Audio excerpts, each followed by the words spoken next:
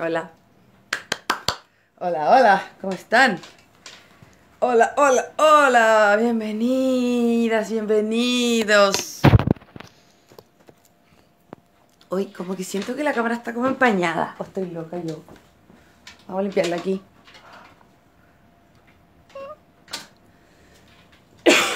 Discúlpenme que ando media alergiosa.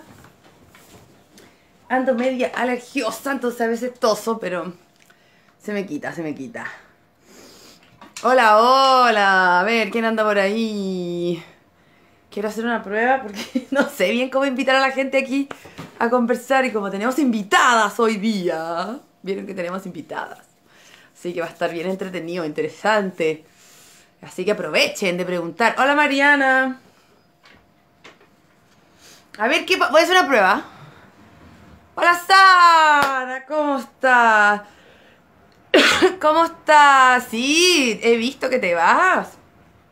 Sara, he visto que te vas. Que te vaya muy bien. Hola Clo. Disculpen que ando alergiosa. Muy alergiosa. Como que explotó. Y cuando llueve, como que todo sale más. Entonces salí al patio ahí adelante de mi casa y quedé, pero muy alergiosa. Hola Leslie, ¿cómo están? Hola, hola, ¿cómo están? ¿Cómo están? Hola a todas. Oye, quiero hacer una prueba porque la verdad hace mucho tiempo que no invito a nadie a conversar por aquí. ¿Cómo se hace? Yo puedo invitar aquí, por ejemplo, si aprieto aquí, chin. Ah, no, invitar amigos. Estoy. Perdonen que haga esta prueba por mientras. Ah, agregar. Agregar. Ah, perfecto. Está súper fácil. Ya. Súper fácil. Muy bien, estaba probando el sistema. Ya, mi gente, vamos a empezar porque. Hola, Ángel. Hola, hola, hola. Hoy día hace frío, ¿no? Ay, está. Yo estoy como muy abrigada con este polero. Muy abrigadito, rico. Porque hace frío. Con viento, no leo qué. La Julia dice que estamos con viento sonda. ¿Cómo viento sonda? Cuéntame. Hola Ámbar. ¿Cómo están? Gracias por estar, chiquillas. Ya, bienvenidas a este live de hoy. Como les contaba en algunas historias que he estado subiendo, que les he estado contando, este live de hoy y el de la próxima semana van a estar bien contingentes porque son cosas que pasan y están pasando, ¿sí? Y que nos duelen también. La Julia. ¡Ah! Con tierra. ¡Oh! ¡Qué fuerte! Que acá viento, lluvia y frío, dice la Leli de Talca. Hola Dani. Hola, hola a todas. Que heavy las diferencias y las diversidades de sensaciones climáticas. Yo estoy, pero muy abrigada. Entonces, disculpen, les digo otra vez que voy a ir tomando agüita porque estoy muy alergiosa.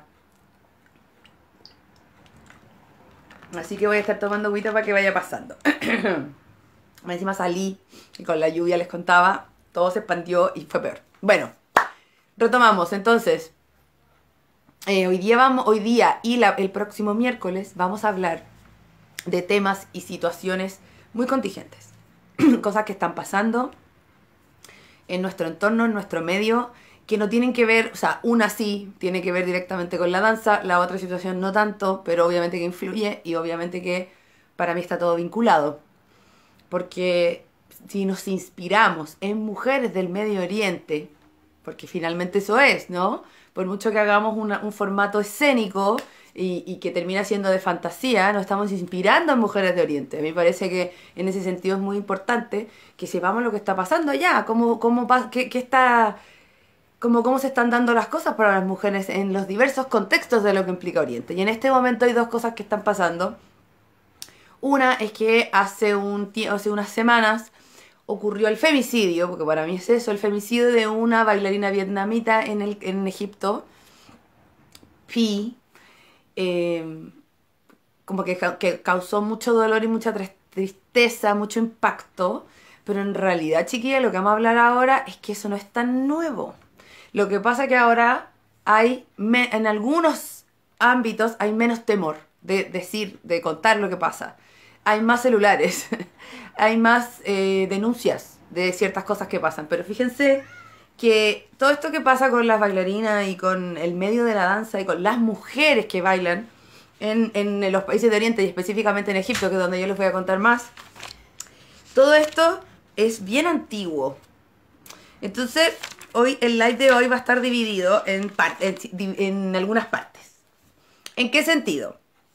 Vamos a hablar un poco de esa historia, de cómo ha sido la realidad para las mujeres que se han dedicado profesionalmente a la entretención, las entretenedoras de Egipto. ¿Qué ha pasado con ellas? ¿Cómo han sostenido el hecho de ser profesionales en un medio tan hostil para las mujeres en algunos casos, ¿no? Más con lo que se trata de la actividad que realizamos. Vamos a contar esa historia que viene desde del siglo XIX. Vamos a ver esa historia, qué pasó, cuándo algo cambió, qué factores influyeron, ¿sí? Y después la segunda parte, vamos a hablar también un poco de lo que cómo ha evolucionado hasta hoy. Y después vamos a tener a dos invitadas, porque yo, la verdad, no estoy tan cercana a la experiencia de bailar en estos lugares, en Egipto. Los visité, por supuesto, pero tampoco tanto. Ustedes saben que como que mi interés siempre tiene más que ver con la calle, ¿cierto? Con los pueblos, con esa búsqueda ahí de la vida cotidiana. Y si bien, claro, yo también hago oriental, la verdad nunca he estado tan cercana a esa realidad, ni menos he estado en la situación de cerrar un trato o en la posibilidad de bailar allá.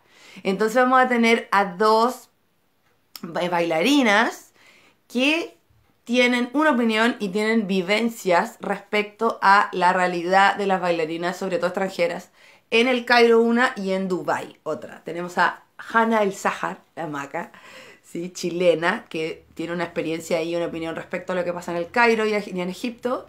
Y vamos a tener a Mariam Fragapane, me encanta su nombre, de Mendoza, una amiga argentina, que ella tuvo una experiencia en Dubái. Así que nos van a contar, van a develar secretos, misterios y van a contarnos su opinión respecto a esta realidad. Así que yo les invito inmediatamente a que cuando ellas aparezcan, que no tengan miedo de preguntar, ¿sí? Que de eso se trata precisamente. Ellas accedieron a estar en este espacio precisamente para compartir con ustedes su visión lo más realista y cercana posible, desde su vivencia, ¿cierto? Como siempre decimos, esto no es una verdad, es solo la mirada de ciertas personas, en este caso la mía por una parte al principio y después de nuestras invitadas, que me parece muy valioso, como tener esta posibilidad de conocer su experiencia y su opinión con las luces y sombras de todo este tema, ¿cierto? Antes de empezar, bueno, adelanto que la próxima semana el otro tema contingente que vamos a tratar, a pedido un poco del público, que me han pedido que hablemos de eso, y también porque yo puse un post en Facebook y en Instagram y como que fue muy exitoso, porque mucha gente que no baila lo vio y me empezó a preguntar cosas, y me di cuenta de que hay muchos mitos y mucho desconocimiento respecto a lo que pasa en Afganistán, y respecto a los conceptos que rondan este tema, el burka, los talibanes, etc. Entonces vamos a hablar muy concretamente, lo más neutralmente posible, pero también después haciendo como una invocación ahí desde el corazón para que este conversatorio lleve algo de calma y de paz a estas mujeres. Pero eso va a ser la próxima semana, ¿sí? El live de la próxima semana es sobre la presencia de los talibanes en Afganistán, la historia y la evolución de eso, lo que implica para las mujeres. Y vamos a hablar de conceptos, del burka, por ejemplo. Me preguntaban, pero el burka es tradicional, es antiguo. Un tipo de burka sí, pero lo que ha pasado con el invento que hicieron los talibanes del burka que ellos impusieron, no. Entonces, ojo ahí también con eso.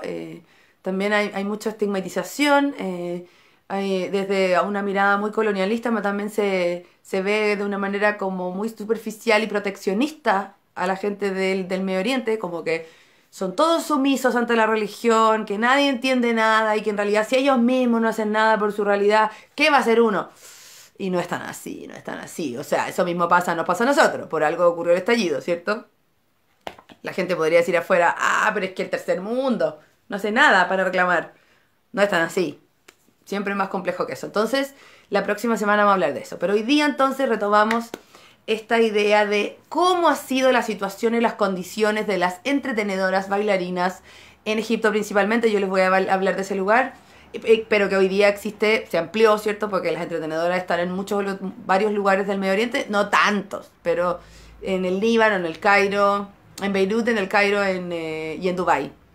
Son como 3 centros importantes. Entonces, la pregunta es, ¿y de dónde viene esto? ¿Cómo partió? ¿Qué pasó? ¿Sí? Antes de invitar a nuestras super bailarinas que nos van a contar su experiencia, les quería contar algunas cositas históricas que pueden dar luces de este tema.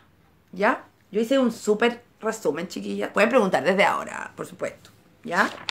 No se preocupen. Como que de eso se trata. Ustedes saben que esta instancia es un conversatorio. La idea es que no se queden con dudas, que lo hablemos. Si no es una charla en una clase, siempre lo digo, sino que la idea es como que lo vayamos conversando en base a las dudas y a los comentarios de quienes están presentes también.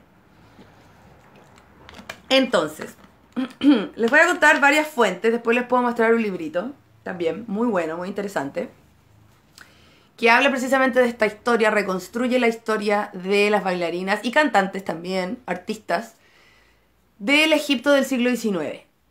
Y qué pasaba con ellas, cómo empezaron a nacer, qué cambios hubo, etc. Hay una mujer que es socióloga y antropóloga de la Universidad Americana del Cairo. Ella se llama Shanoa, no sé cómo se pronuncia, perdón, Shanoa Arbizu. Bueno, ella empezó a estudiar el tema históricamente y empezó a analizar el tema de la danza, cosa que no es muy común en los estudios sociales, chiquillas, en Egipto. La danza siempre está ahí un poco debajo de la alfombra, a pesar de que existe la época de oro y una cierta como tendencia o espacio o época que sí es más valorado. Igual hay muchas cosas que están muy en secreto, que nadie visita, que nadie ve, que nadie se hace cargo. Y lo que pasó con Pi y su asesinato es parte de eso también. Es de qué manera las bailarinas están como en un paréntesis colgando y por supuesto que las autoridades religiosas ligadas a los hermanos musulmanes, me parece, voy a decir algo muy crudo, pero creo que hasta se alegran de que estas cosas pasen porque deben pensar que estas mujeres no deberían existir. Entonces, por supuesto que no se hacen cargo de eso. En algunos casos, incluso voy a decir algo muy controversial, pero me hago cargo de lo que digo también porque tengo fuentes que no puedo revelar, pero las tengo. En algunos casos, los mismos hermanos musulmanes han propiciado algunos ataques de parte de matones que van a asustar a las bailarinas. Que las amedrentan, las amenazan, ya sea por su celular, van a su casa, rayan sus casas, egipcias y extranjeras. Entonces, de parte de los hermanos musulmanes, por supuesto que hay un odio, porque representa todo lo que quieren que se acabe. La libertad de la mujer, el placer, la danza, el cuerpo, etc. Por otro lado, los empresarios hacen la vista gorda porque es un espacio que les conviene. O sea, las bailarinas están en un entorno que es una industria, ¿cierto? Entonces, eso hace que este sistema este rol de la bailarina tiene que seguir existiendo. Pero por otro lado tienen que lidiar con todas las presiones de otros espacios, entonces tampoco se hacen mucho cargo de lo que del peligro que corren las bailarinas. Tampoco hay una protección ahí, porque tampoco valoran el hecho de que ellas se dedican a eso. En el fondo hay una utilización de ellas como en ese rol, ¿cierto? Y de hecho, muchos empresarios egipcios lo han dicho, lo han declarado, que ellos prefieren trabajar con bailarinas extranjeras porque así la culpa es menor. Porque a ellos no les gusta que las mujeres egipcias se sometan a eso, que saben que es peligroso, que saben que genera que baja como su estatus y que les puede traer muchas consecuencias y peligros en su vida. Entonces que prefieren no trabajar con egipcias, sino que con extranjeras. Ahí está la explicación también para todo lo que ha pasado con la presencia de extranjeras en Egipto en diversos tipos de lugares de entretención. Que hay como una jerarquía también. Yo el 2010 fue la última vez que fui a Egipto y tengo esta información yo creo que bien desactualizada porque ya pasaron 11 años. Pero igual les voy a contar algunas cosas ahí de ese tema. Hola David, me encanta, el David nos va a aportar cosas. Las mismas bailarinas se perjudican entre ellas acá en Egipto. Muchas llaman a la policía para que ellos vayan al lugar y arresten a las que no están con papeles, claro. El patriarcado. Esas actitudes son también producto del mismo patriarcado, de esta competencia en que nos han puesto. Y que en el fondo también por la industria es la ley de la más fuerte, ¿cierto? Entonces si tú te sometes a esta situación, te sometes a este sistema, tienes que ganar de alguna manera. Y pasa lo que David nos cuenta. Eso pasa desde antes. Porque además, esto de que la policía y diversas policías fiscalicen a las bailarinas, pasa desde hace mucho tiempo, chiquillas. Mucho tiempo. Entonces, me encantaría que el David, si nos puede contar más cosas de las que ha visto ahora, como en la actualidad, sería un súper aporte. Yo les voy a contar de 1800. Ya, les contaba entonces que esta bailarina, esta socióloga y antropóloga Chanoa Arvizu, ella hizo uno de los pocos estudios que se ha dedicado a estudiar cómo ha sido la vida y el rol de las bailarinas en Egipto, cómo ha sido su situación, su condición. No se puede expresar sororidad al 100% en contextos vulnerables, obviamente. O sea, si tú estás luchando también por tu sobrevivencia, es muy complicado, es muy difícil. Sobre todo, además, entre egipcia y extranjera. Obvio, o sea, si tú eres egipcia y ves que de qué manera el mercado está invadido por estas y con condiciones muy injustas, porque muchas veces, no las más famosas, pero en algunos casos obviamente a las extranjeras les pagan más. Entonces, o acceden a ciertas posibilidades de trabajo que permiten mayores ingresos. Entonces, y son mucho menos juzgadas por lo mismo, por el hecho de que ellas son egipcias, son mucho más juzgadas que las extranjeras. Entonces eso te pone en una situación de inequidad ya desde el inicio, ¿cierto? Entonces es muy difícil que haya sororidad, precisamente. Bueno, entonces Chanoa hizo este estudio que parte desde 1800 y hace como una especie de evolución de cómo ha sido la situación de estas entretenedoras. Hay que partir por mis favoritas, por algo que yo sé que me han escuchado siempre, que son las Awalim y las Gawasi. Si la danza fuera, te preguntaran a ti una muestra desde lo rural, popular. No, eso no. Ahí hay... el estatus es diferente. El grupo Reda, Farida Fahmy, por ejemplo, nunca fue cuestionada. Ella hizo algunas presentaciones de oriental, pero muy pocas, y con un traje muy recatado, y en un contexto del ballet folclórico también, y ahí la connotación cambia absolutamente. Para las bailarinas, para lo que pasa allá, ¿cierto? Y acá pasa un poco lo mismo. A mí una vez me dijo un egipcio, es que tú no eres igual a todas. Solamente porque bailaba danza folclórica. Y yo le dije, ¿cómo que no soy igual a todas? Yo estoy haciendo lo mismo que todas. Estoy entreteniendo, estoy aludiendo a la cultura, estoy estudiando tu cultura. Hago lo mismo que todas. Pero claro, para él, el hecho de que yo bailara gawasi, que bailara algo popular, que tuviera una alusión al folclore, al contexto cultural, ya no era lo mismo. Entonces sí, hay una diferencia, claro, por supuesto. ¿Qué tiene que ver con el cuerpo? Es lo mismo de siempre. Vamos a ver desde dónde viene eso. Entonces, Awalim y Gawasi desde 1800. Awalim, ya saben esta historia, tuvimos un live sobre eso. Awalim y Gawasi convivieron. Awalim son más refinadas, tenían muchas más experticias en el canto, recitaban el Corán, en instrumentos, eran educadas, entre comillas, muy entre comillas esa palabra. Las Gawasi hacían una danza de la callejera que venía de alguna tribu gitana, que hay varias, ¿sí? Gawasi no significa gitana, recuérdenlo. Gasilla es el singular. Gasilla no significa gitana, significa encantadora. Más bien determina el hecho de bailar, de encantar a la gente. Como si fuera como una serpiente que encanta, ¿sí? Había hartas tribus gitanas, varias tribus, las Náhuatl, por ejemplo, eran unos, etcétera. Ya, entonces tenemos a las Awalim y las Gawasi que en un momento se mezclaron, por el hecho de que las Awalim tuvieron que empezar a encontrar otras posibilidades una vez que salieron oficialmente del palacio y de esa protección, empezaron a desarrollar su danza en espacios que eran parecidos a los de la Gawasi, en festividades de la calle también, en los Mulid, que son las celebraciones. David, por favor, y Anita, que están ahí, también la vi. Vayan a Mulid, por favor, a los más populares, por favor, y me manden todos los videos, fotos que puedan, por favor. Yo solo fui a uno, no, a dos. El otro estaba terminando, pero igual vale. Pero era muy chiquitito además, el otro era más grande. Porque son distintos dependiendo del barrio, del lugar, de los recursos que hay ahí, para armar esa festividad.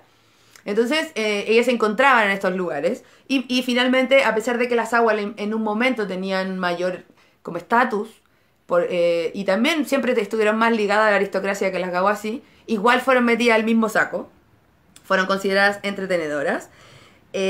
Nawar, Alab y Bahlawan son los grupos gitanos, pero eso lo vamos a hablar en otro momento. ¡Hola, Mariam! ¡Qué linda! Ahí está Mariam. Estoy primero haciendo esta introducción y ahí vamos a invitar. Vamos a invitar a la Maca primero, ¿ya? Y después a la Mariam. Bueno, estas bailarinas Awalim y Gawasi tenían, estamos hablando chiquilla de 1820, 1830, tenían que pagar impuestos. Tenían que pagar impuestos. Eso fue siempre así, desde el inicio. Al igual que otros artistas callejeros, como los malabaristas, los encantadores de serpientes y otros. ¿Sí? Y Awalim y Gawasi tenían que pagarlo por igual. Y estaba establecido de manera fija. Pagaban un monto fijo. Eso también está en un libro que se llama Maneras y Costumbres de los Modernos Egipcios, de Edward Lane, un viajero inglés que estuvo en Egipto y que habló de estas cosas. Así que está muy documentado. Eso era así. Eso quería decir que estaba regulado de alguna manera. Y por otro lado, las prostitutas estaban absolutamente reconocidas y reguladas también, pero en otra instancia. Ellas no pagaban impuestos, sino que ellas eran reguladas por una autoridad que se llamaba Wali, W-A-L-I. Y el Wali era el que hacía como una supervisión y llevaba un registro también de todas las, podríamos decir, personas que se dedicaban a actividades, así dice Edward Lane, vergonzosas, como los ladrones, los mendigos y las prostitutas. Entonces el Wali tenía este catastro y lo que hacía el Wali es que, o sea, al principio este catastro era muy diferente al de las bailarinas. Las bailarinas también tenían un catastro, pero las bailarinas pagaban impuestos. Las prostitutas no. Estos de actividades vergonzosas. Pero ¿qué pasó? La corrupción. El Wali, se decidió que la gente dedicada a actividades vergonzosas también iba a pagar un impuesto.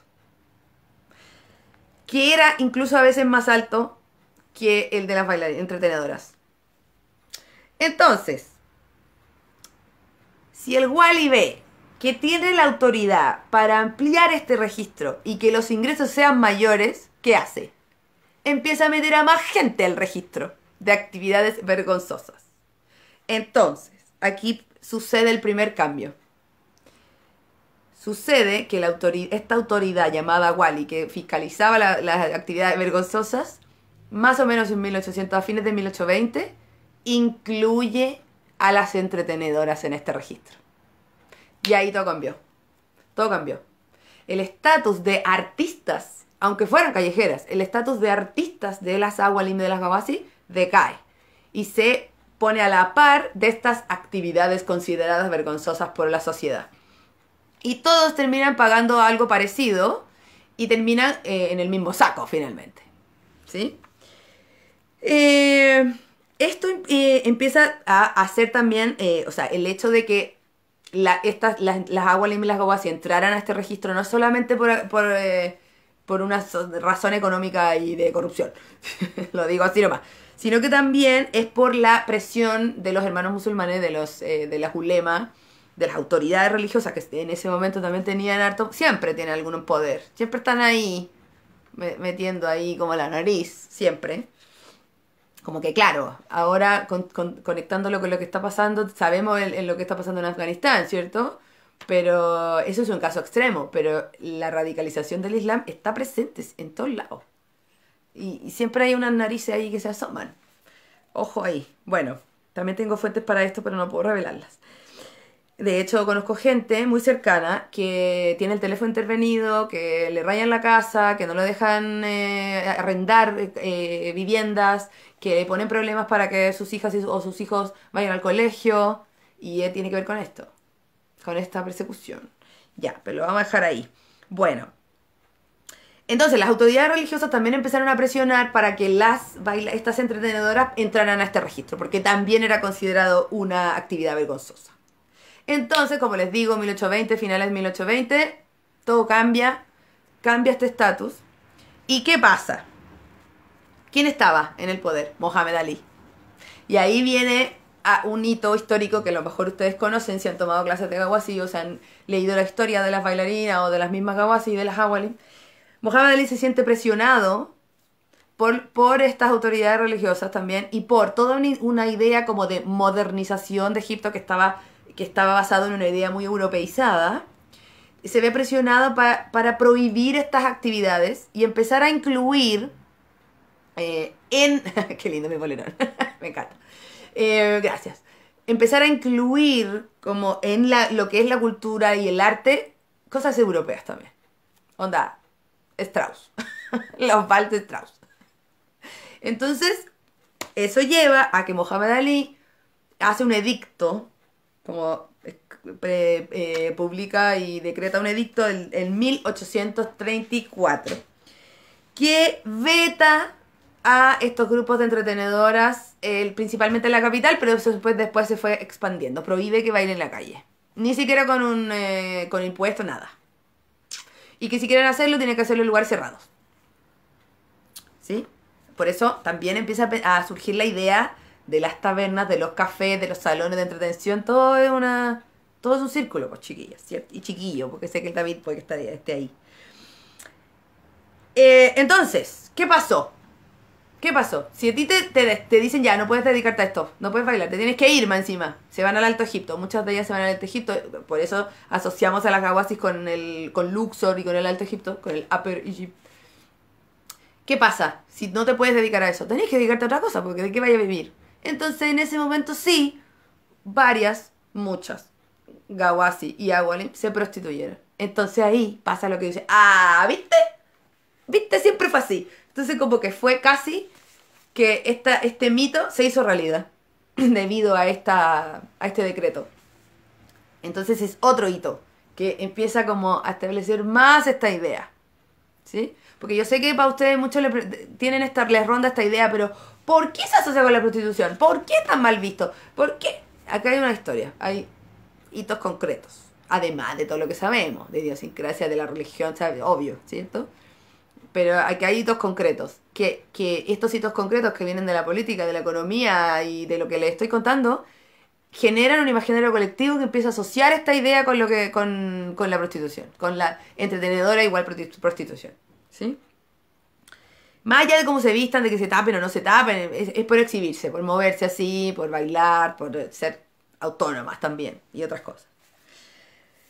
Hay varios relatos bien bonitos y bien desgarradores. Por ejemplo, hay un rey Gustave Flaubert, el de Madame Bovary, escribe sobre Kuchuk Anem, que era una gawasi que fue una de las desterradas y que sufre y llora porque no puede dedicarse a lo que siempre hizo. Más encima tiene muchos regalos que le hacían sus admiradores cuando tenía un super estatus como bailarina y siempre tenía miedo que le robaran las joyas. Cuenta como mucho esa historia, muy ligado a esto. Eso también lo relata Wendy Buenaventura en La Serpiente del Nilo, si quieres leer sobre eso. ¿Ya? Bueno, hay otro hito, estoy resumiendo, hiper resumiendo, chiquilla, ¿ya? Pero es para que nos alcance el tiempo y para que hablemos con las invitadas. Hay otro hito que tiene que ver con todo esto mismo, con lo que pasó con el Wali, con el impuesto, con haberlas incluido en este catastro de actividades vergonzosas, con la presión de los hermanos musulmanes, con el edicto de Muhammad Ali. Todo eso fue aumentando esta idea, propiciándola. Hola Cata, no, estoy recién ya haciendo un contexto en realidad. Las invitadas vienen después. Hay otro elemento más, que es la presencia de viajeros y soldados occidentales. Las bailarinas, las entretenedoras, encuentran en estos hombres occidentales un nuevo nicho de negocio, que es mucho más amplio, porque no todos los nativos, entre comillas, las contrataban en las bodas, pero eso no era tanto, no era tanto. Más encima estaba todo muy clandestino porque este edicto fue del 1834, entonces lo siguieron haciendo, por supuesto, de manera clandestina, disfrazadas de hombre, algunas prostituyéndose, lo que dijimos, sí, porque ¿qué vaya a hacer? Pero se lo siguieron haciendo, sí.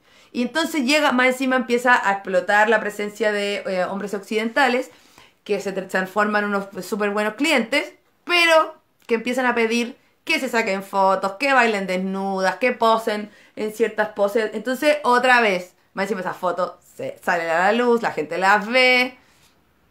Hola Ingrid, la Ingrid, este es su tema, ya sé. Los viajeros van exactamente a lo exótico, ven a la carne. O sea, sus mujeres estaban usando corsé. O sea, iban ahí a encontrar la carnalidad, ¿me entienden? Entonces, obviamente que la danza, la tradición, y no era lo que más le importaba. Entonces, este hito y todo esto que pasó con la misma foto que se transforma, las fotos hay Legnert y Landrock son unos súper importantes, son unos, pensaron que iba a decir un improperio, no dije un improperio. Son unos fotógrafos muy famosos con este tema. Hicieron postales eróticas de bailarina, mucho. Después se arrepintieron. Se sintieron mal, se arrepintieron y empezaron a hacer postales como culturales. De la vida cotidiana de la gente. Pero hicieron muchas postales. Entonces, otra vez, de nuevo, con mayor razón, en el imaginario colectivo cae esta idea de, prostituta, se exhibe, muestra el cuerpo, no sé qué, da lo mismo que baile. Da lo mismo lo que baila, da lo mismo que baile. Eso, todos bailamos, así que da lo mismo. Aquí hay otra cosa. Se afianza esa idea en el imaginario colectivo. Con eso ya, obviamente, se pierde más el estatus. Más todavía. Pero hay algo que da esperanza. Ya vamos a decir. La José dice, eso sale la serpiente del Nilo. Me llamaba caleta la atención su lenguaje descriptivo. Súper desde el exotismo de la carne. O sea, imagínate, más encima... Estoy hablando de Flaubert, ¿cierto? Más encima Flaubert tiene que haber estado drogadísimo con hashish.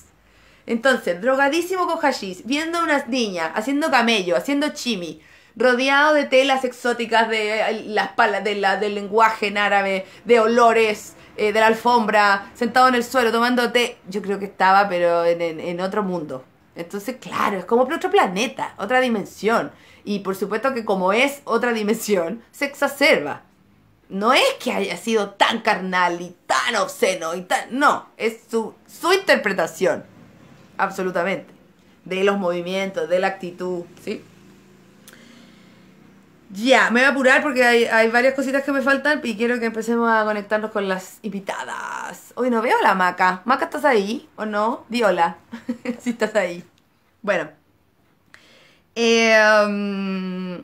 Esa prohibición de las bailarinas que había decretado Mohamed Ali no duró mucho. Su nieto Ismail, el jedive Ismail, dije, no, ya, que vuelvan. Y vuelven, pero ya todas juntas, ahí sí, como prostitutas. ¡Oh, la Maca! Ahí está la Maca, ya. Voy a ir apurándome para que te toque, ya. Unos 10 minutitos, 5 minutos, 8 minutos.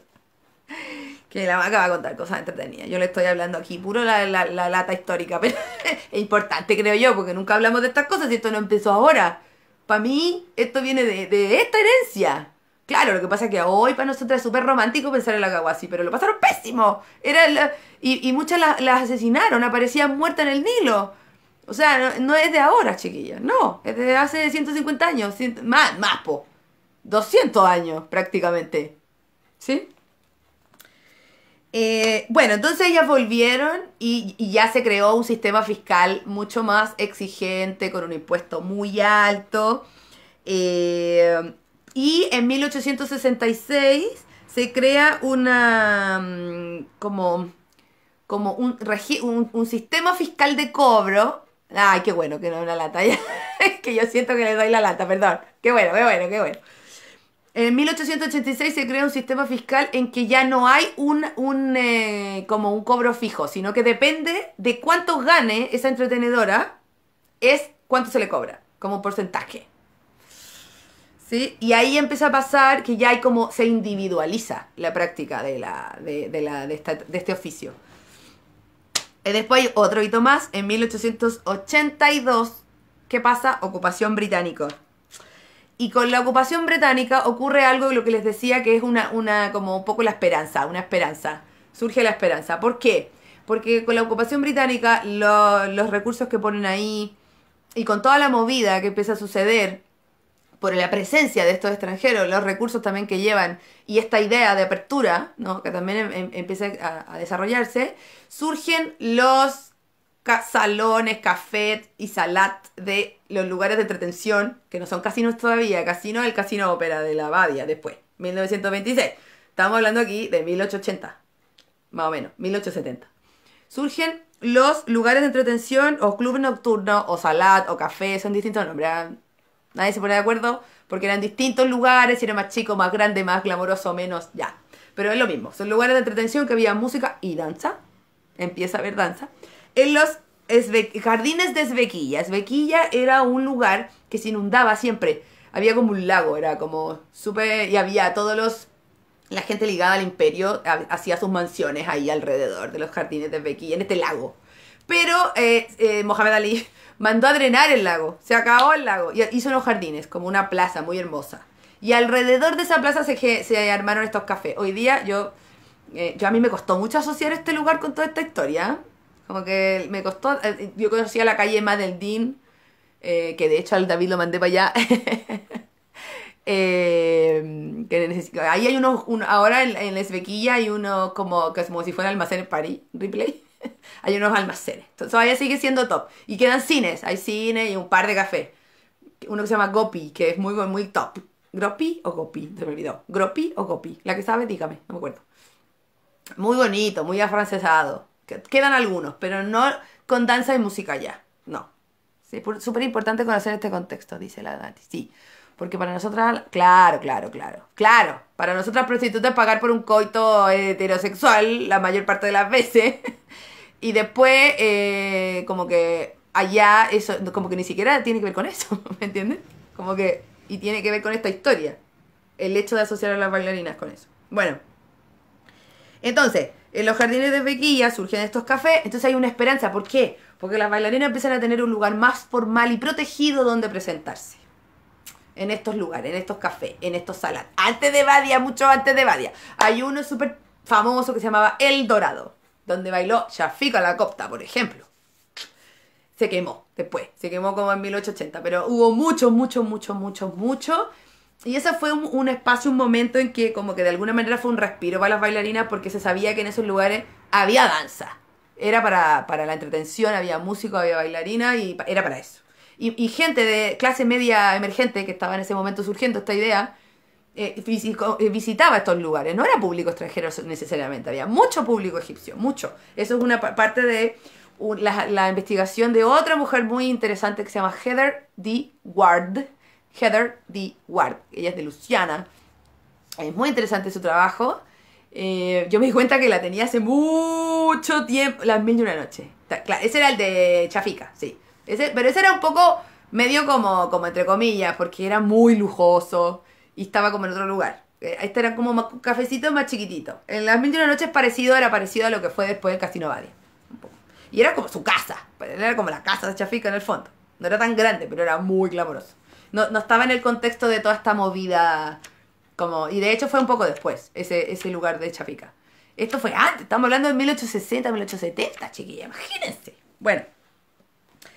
Entonces en esos lugares, en estos cafés y etcétera, las mujeres las bailarinas siguieron siendo cuestionadas, fiscalizadas por los que cobraban los impuestos y por la policía islámica. Siempre igual, siempre lo mismo, hasta el día de hoy. Y los empresarios ahí haciendo la vista gorda a la vez, utilizando un poco, ¿cierto? ¿Y por qué eran vistas mal? Por la ropa que usaban, por los movimientos. Entonces siempre decían, no hagas eso, no pongas esta cara, no, que eso que pasa hoy día todavía, que ya vamos a hablar de eso en un momento más. Y también por una acción que se llamaba FATH, F-A-T-H, que era sentarse en las piernas de los clientes y tomar con ellos, o sentarse al lado y tomar con ellos, cosa que pasa todavía en cualquier nightclub, ¿cierto? Las que bailaban en esos lugares se consideraban Awalin también. Había Awalin y Gawasi. Muy difícil dilucidar el cruce. Muy difícil porque ya se empezaron a vestir muy parecidos, como que los movimientos se fueron de ida y vuelta. Igual las Awalin eran un poquito más refinadas, melódicas, hacían como una puesta en escena un poco más compleja, con música más compleja también, más refinada digo, pero es muy difícil el cruce. Eso hablamos en el live sobre Awalin y Gawasi. En 1932 la policía de Bequilla trató de limitar un poco la acción y la libertad de estas bailarinas entretenedoras en estos lugares, en estos cafés, y les puso límites, como ciertas normas de conducta casi la cara que tenían que poner, la que no podían poner. Hoy día todavía pasa de nuevo. Hay un reportaje de la BBC de diciembre del año pasado que habla de eso. Muy interesante. Si alguien puede poner el link, sería hermoso. José Uribe, yo sé que tú lo tienes por ahí, ¿o no? Está en alguno de los grupos de clase. Si lo podéis poner, bacán. Si no, lo pongo yo. Pero esa prohibió también prohibió esto de sentarse en las piernas de los clientes. Ya, como que reguló esta cosa de estar en público para que las bailarinas solo bailaran, muy de lejos. No funcionó mucho. No funcionó mucho porque otra vez los extranjeros que querían el exotismo, pues, querían estar ahí al lado de las niñas con la carne, no disfrutar como el tarab, del tarab. En 1949, mentira, no, pasa algo muy importante, que esto quería contarles. En 1930, una bailarina fue asesinada. Se llamaba Imtital Fauci, salió en los diarios, yo lo tengo así del diario oficial no, salió en el Egypt Today, en realidad, me encanta el Egypt. Yo siempre leo Egypt Today y Al Monitor. Esos dos medios son súper buenos para leer de estas cosas. Y hablan de danza, hablan de estas cosas, harto, porque es muy importante en la cultura. Bueno, esta bailarina fue asesinada porque se negó a pagar una coima. Que era como que le iban a subir el impuesto porque según ellos le iban a denunciar y le iban a quitar la licencia. Porque en este momento también surge la idea de tener licencia. Y para tener licencia tienes que dar una prueba. Como tienes que pasar una prueba con ciertas cosas, como conocimientos y otras cosas, de conducta también. Y ella fue asesinada porque se negó a pagar la multa y obviamente o sea, la coima. No quiso pagar la coima, la iban a violar, se negó, resistió y la mataron. ¿Les suena conocido? Estamos hablando de 1930. 100 años casi. ¿Ven? No es nuevo. No es nuevo. Podría repetir los nombres de los medios, por supuesto. ¿Cómo suena? Al Monitor. Al Monitor.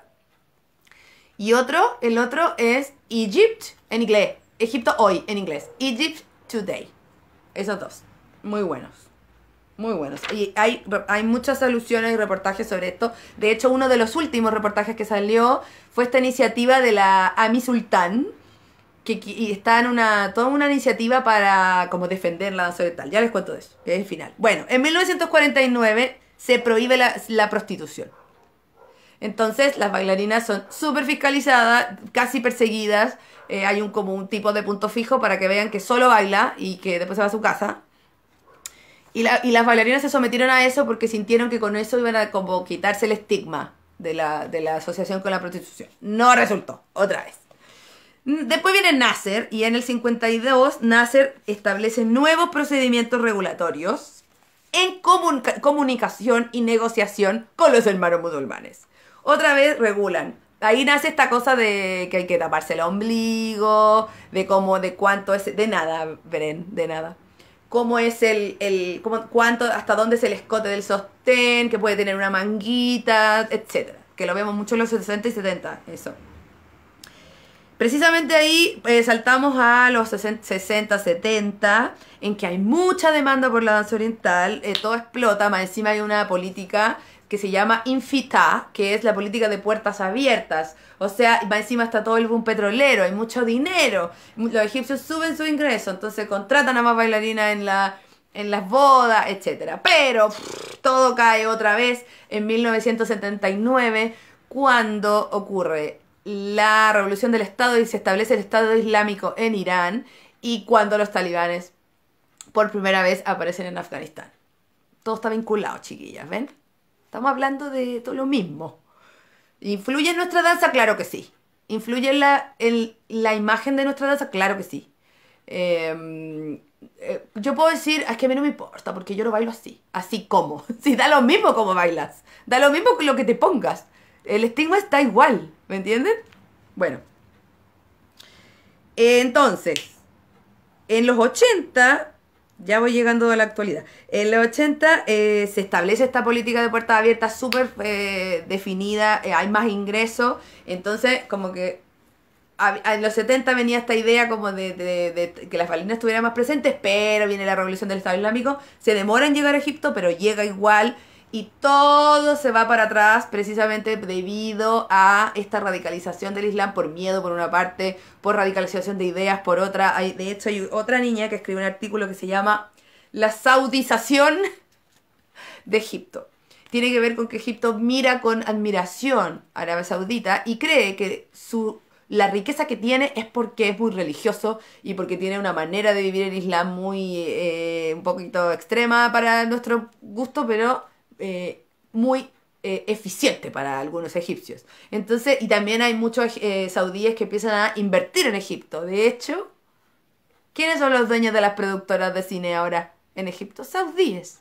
Por eso todo está más tradicional y todo está más es distinto, como hay bailarinas aparecen poco, no aparecen con un cantante al lado. Hay muchas cosas que están reguladas por ello.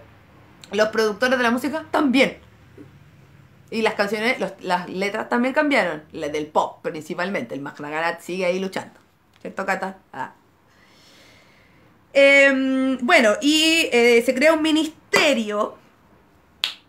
Yo quería hablar con el ministro en Egipto, que seguro me van a pescar. Mira, la José ahí puso el link. Ve, ábranlo, chiquillas. Van a ver esto que les contaba, de la policía esta que va a regular a las bailarinas, que todavía existe y que surge en los 70.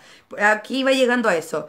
Surge un ministerio que regula y censura la producción artística en los teatros, películas y cabarets. Y otorga permisos y cobra impuestos. Eso no se ha acabado, sigue existiendo. Y está ahí como... A veces las bailarinas no se enteran porque eso lo gestiona el manager. Pero existe. Y obviamente siempre es más duro para las egipcias. Lo sigue siendo. Aumenta el salario de las entretenedoras. Surge un nuevo concepto, que son las ustawat. Como las ustawat nació como un concepto como de... Nosotras sí que no somos nada que ver con las prostitutas. Somos entretenedoras. Y como que se empieza a difundir esa idea... mucha gente habla de eso. Fifi Abdo habla de eso en una entrevista y ella dice: yo soy una ustawat, digan lo que digan. Vivían en la calle Muhammad Ali, ellas, pero a la vez que las ustawat estaban desarrollándose, estableciéndose, que estaba naciendo esta separación y este estigma, y como que la danza también se empezó a profesionalizar, surge la Abad, que es la policía de la moralidad. Y ahí, ¿qué pasa? Cuando hay un lugar en que la censura, la represión es más extrema, el drenaje de la sociedad también lo es. Y los hombres, generalmente, que están ligados al poder en este contexto, no tienen miedo, saben que no va a haber consecuencias. Entonces, por eso es tan peligroso, chiquillas, porque te podéis cruzar con alguna de esta gente. Lo digo así, súper... Insisto que puede que después de estos lives que estoy haciendo... La semana pasada, hoy, el otro miércoles y el siguiente, que es de luchas de las mujeres de Oriente, capaz que Paola desaparezca, pero no me importa. No creo. Ustedes tienen que monitorear ahí mi existencia. Esta policía de la moralidad monitorea trajes y gestos. Y dice, ahí está uno sobre las bailarinas en los contextos marginalizados. Y el otro es de la policía de la censura. Policía de moralidad. Esta, que sigue existiendo. Que hacen la vista gorda en lugares como el Hard Rock Café, en los hoteles 5 estrellas, en bodas y celebraciones de jeques que celebran en Egipto y organizan fiestas en Egipto, como lo que pasó con Pi. Ella no tenía resguardo por ninguna parte. Eso es lo que sucedió. Entonces, eso es lo que vamos a hablar con la invitada, porque ¿cuáles serían entonces las maneras de resguardarse y de que sea más posible desarrollar este trabajo sin morir, sin que te asesinen y violen? Dios mío. Que pasa harto, porque además, claro, por una parte tiene los hoteles 5 estrellas, pues los hoteles 5 estrellas, las fiestas privadas de empresarios, de jeques, top. Después tienes un lugar que yo estuve en él, no sé cómo estará ahora, también le pido al David que me cuente, Haram Street, ¿caché cómo se llama? Pues Haram Street, como de prohibido. Haram Street era como intermedio, un poquitito... tirando para abajo, como que había danza, pero lo importante no era tanto la danza, los trajes no eran tan buenos, como no era tan cara la entrada tampoco. Y la policía de la moralidad generalmente está ahí, en Haram Street, no en los 5 estrellas y la fiesta y lo que les decía antes. Y en los 90,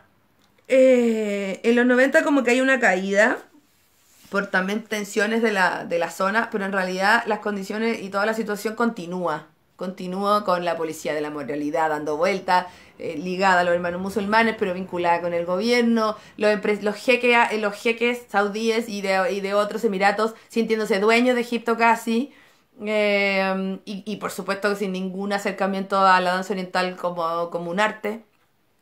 Y con la creencia de que de que esas mujeres están ahí para satisfacer sus deseos. Entonces, chiquilla, de verdad nos enfrentamos a temas que son súper transversales, y que para mí no son tan distantes con lo que pasa en Afganistán. Por supuesto que la figura de una mujer libre que mueve su cuerpo, que lo muestra, que sonríe, que se expresa, que es autónoma, que se gana la vida con eso, por supuesto que genera mucha tirria para muchas instituciones y para un sistema que es asumidamente patriarcal. O sea, todo lo es, pero todo es muy difícil que eso no exista, pero en este caso es muy evidente. Obviamente va a generar mucha tensión, pero fíjense, cito aquí a Camila Hernández Cortés, que yo creo que a lo mejor no está mirando porque ella tiene otro horario, ella vive en Egipto, es chilena, pero vive en Egipto. Ella trabaja en un call center en este momento y tiene acceso a conversar con muchas mujeres comunes. Las mujeres comunes aman la danza oriental, aman a las bailarinas, admiran, quieren ser como ella, no tienen ninguna mala mirada respecto a eso. Los hombres también. El problema es cómo funciona esto desde el poder, ¿sí? Esto, sí. La Mariana dice, acá somos súper libres. Sí.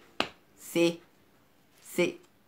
Sí. De hecho hay un ulema, esto es otra cosa paralela, un ulema egipcio, una autoridad egipcia del Islam que se llama Mohammed, lo voy a citar porque me cayó bien, Mohammed Abdullah Nair. Él dice que no hay ninguna parte del Corán que dice explícitamente que la danza se prohíba, que no, y que si alguien lo dice, que lo venga a probar, que venga con pruebas.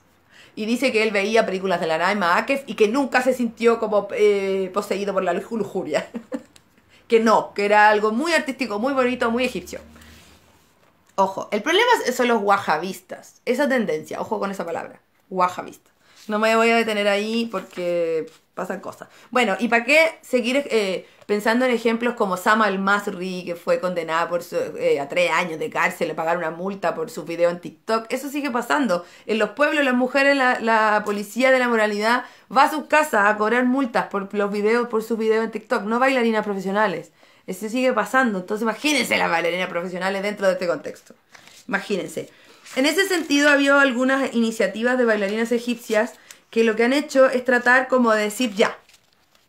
Es súper difícil que no nos mezclen, como que el imaginario colectivo ya tiene esta idea y asume que las bailarinas son prostitutas. Entonces, encarguémonos de enaltecer nuestra danza. Entonces, Fifi Abdo ha pensado en hacer alguna institución, un sindicato, poner ciertas reglas también para las bailarinas, como reglas de conducta que precisamente eviten estos malos entendidos.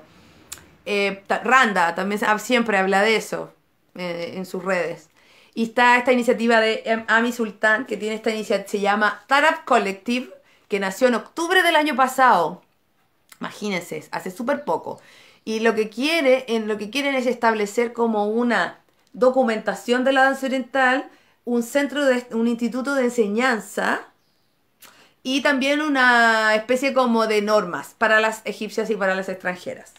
Y que la autorización y como la licencia para poder trabajar en esto la dé esa institución y no el gobierno u otra como que obviamente cae ahí en el peligro de corrupción. Miren, este logo de esto se llama, sí, Tarab, no veo nada, pero este es el logo de esa iniciativa. Pueden buscar a Ami Sultan, una bailarina egipcia, a mí me gusta, como que pones reel y después al reel le pone música como de antigua, como de la época de oro. Aunque bailó otra cosa, pero muy buena. Me cae bien, me cae muy bien. No entiendo su idea. Igual varias egipcias creen que hay que eliminar a todas las extranjeras. Es complicado eso también, porque ahí estamos entrando como en algo que primero es imposible, segundo no me parece justo tampoco. Pero a través de la unión yo sí creo que se podrían hacer cosas, ¿sí? La Nati dice, a la profesora de la U, sí. Hay un video también, Nati, si encontráis ese video también lo podéis compartir para la gente que está viendo. También fue una nota de un medio en que una profesora de la U subió un video de 1 minuto 10 con una amiga bailando con túnica, danza oriental, en el patio de su casa y la echaron. La echaron de la U. Sí. ¿Esa policía persigue igual a nativa y extranjera? Yo creo que sí, pero esas son las cosas que le vamos a preguntar a nuestra invitada. Ya, así que vamos a ver, voy a tratar de encontrar aquí. Hanna, o sea, Maca, ¿podéis decirme hola de nuevo para encontrarte más rápido? O si no, te voy a buscar aquí, a ver. Uy, hablé muy rápido, es que les quería decir muchas cosas. Si tienen alguna duda, cualquier cosa, me dicen, ¿ah? Ya, vamos, sigo buscando, voy a buscar aquí. Ni. Ay, no encuentro, no la encuentro, no la encuentro. Chururururu. Ahí está. ¡Ay! ¿Qué hice? Muy bien. Qué seca la. Invitar. Eso, Maca. Qué seca, porque yo no iba a entender cómo invitarte. Eres lo máximo. Agregando, dice. Ya, preparen las preguntas, chiquillas, porque aquí vamos a saber la dura. Yo les tiré toda la teoría y la historia, pero ¡ay! Sin respuesta del invitado en vivo me dice por qué. No empecemos con estos problemas, po. No, pues cómo no. De nuevo. Aquí está Hanna. Voy a agregarla yo. A ver, chin. ¿Por qué me dice sin respuesta? Agregar. Agregar. Ya, paciencia. Oye, Maca, ¿sabéis que me dice que no? No sé por qué. Como que no. Como que me dice que no aceptas. Uy, qué pesada esta cuestión. Permite que los espectadores envíen. Sí, po, estoy permitiéndolo. ¿Por qué no me deja? Pueden rellenar, gente querida. Ya, vamos a invitar la voy a invitar. No, me dice sin respuesta. No me sale. A mí tampoco me sale. ¿Qué hacemos? Qué raro. Oh, ¿alguien sabe qué puede estar pasando? Qué pesado. Agregar. Agregar. No, me sale siempre lo mismo, Maca. Sus amigos, ya, agregar. No, me sigue saliendo eso. Sin respuesta de lo... ¡Ay, qué pesado! Y si nos metemos de nuevo, muy nada que ver. Yo siempre lo soluciono todo así. A ver, te voy a invitar yo, otra vez. Chin. Te voy a buscar aquí. Aquí está. Agregar. No. Me dice, o que la invitada pida que se una. No, ya lo pidió, pues pidió ella, la invité yo y no pasa nada. A la derecha hay un... Sí. Ya, sí, lo que pasa es que nos invitamos. Agregar, pero dice... Sí. Reconectémonos, Maca. Reconectémonos. Sí, yo creo que es una buena solución. No vamos a estar aquí dando jugo. Y si no funciona, nos vamos a Instagram. Filo. ¿Ya? Voy a finalizar. Vamos. Vuelva, mi gente. Vuelva. Porque la Maca tiene cosas muy interesantes que decir. Voy a volver, ¿ya? Así mejor que hace paradito, bacán. Vuelvo. Prender y apagar. Exactamente.